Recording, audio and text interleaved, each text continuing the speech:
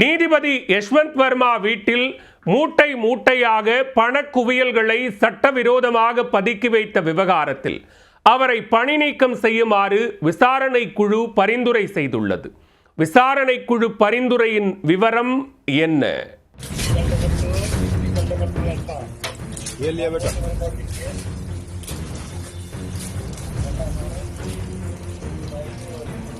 டெல்லி உயர்நீதிமன்ற நீதிபதியாக பணியாற்றி வந்த நீதிபதி யஷ்வந்த் வர்மா வீட்டின் ஒரு பகுதியில் கடந்த மார்ச் 14ஆம் தேதி தீ விபத்து ஏற்பட்டது. தீயை அணைக்கும் பணியில் தீயணைப்பு படையினர் ஈடுபட்டனர். தீயை அணைக்கச் சென்ற காவல்துறை மற்றும் தீயணைப்பு துறையினர் கிடங்கினுள் பாதி எரிந்த நிலையில் பணக்கட்டுகள் இருந்ததைக் கண்டு உயரதிகாரிகளுக்கு தகவல் தெரிவித்தனர். இந்த விவகாரம் பெரும் சர்ச்சையை ஏற்படுத்திய நிலையில் நீதிபதி வர்மா அலகாபாத் உயர்நீதிமன்றத்திற்கு இடமாற்றம் செய்யப்பட்டார். இது தொடர்பான புகார்களை யஷ்வந்த் வர்மா மறுத்து வந்த நிலையில் புகார் குறித்து விசாரிக்க 3 பேர் அடங்கிய குழுவை அமைத்து அப்போதைய உச்சநீதிமன்ற தலைமை நீதிபதி சஞ்சீவ் கண்ணா உத்தரவிட்டார். இக்குழு தனது விசாரணையை முடித்து உச்சநீதிமன்றத்தில் அறிக்கையை சமர்ப்பித்தது.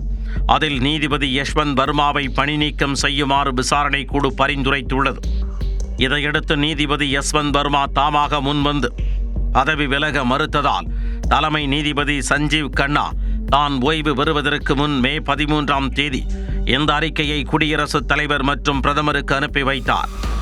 தற்போது இந்த அறிக்கை சட்ட வலைத்தளம் மூலமாக பொதுவெளியில் பகிரப்பட்டுள்ளது. அந்த அறிக்கையில் உயர்நீதிமன்ற நீதிபதி யஷ்வந்த் வர்மாவின் அதிகாரப்பூர்வ குடியிருப்பு வளாகத்தில் உள்ள கிடங்கில் கடந்த மார்ச் 14-15 அன்று எரிந்த நிலையில் பணம் கண்டெடுக்கப்பட்டதை உறுதி செய்துள்ளனர்.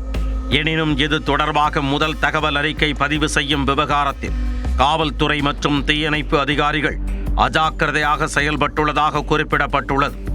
தீ விபத்து ஏற்பட்ட அறை நீதிபதி வர்மா மற்றும் அவரது குடும்ப உறுப்பினர்களின் கட்டுப்பாட்டில் இருந்ததால் சேமிப்பு அறையில் இருந்த எந்த ஒரு சந்தேகத்திற்கிடமான பொருளுக்கும் நீதிபதி வர்மா அல்லது அவரது குடும்ப உறுப்பினர்களே பொறுப்பு என்றும் அறிக்கையில் திட்டவட்டமாக தெரிவிக்கப்பட்டுள்ளது.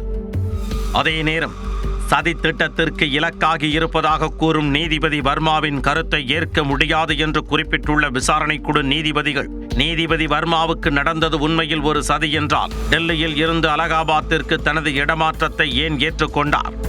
ஏன் காவல்துறையிலோ அல்லது இந்திய தலைமை நீதிபதியிடமோ அல்லது டெல்லி உயர்நீதிமன்ற தலைமை நீதிபதியிடமோ புகார் அளிக்கவில்லை என கேள்வி எழுப்பியுள்ளனர்.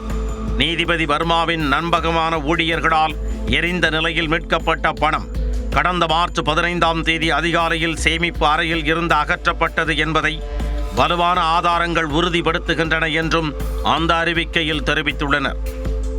இந்த அறிக்கையின் மூலம் நீதிபதி வர்மாவின் வீட்டில் பணம் இருந்ததற்கான ஆதாரங்கள் உறுதிப்படுத்தப்பட்டுள்ளது.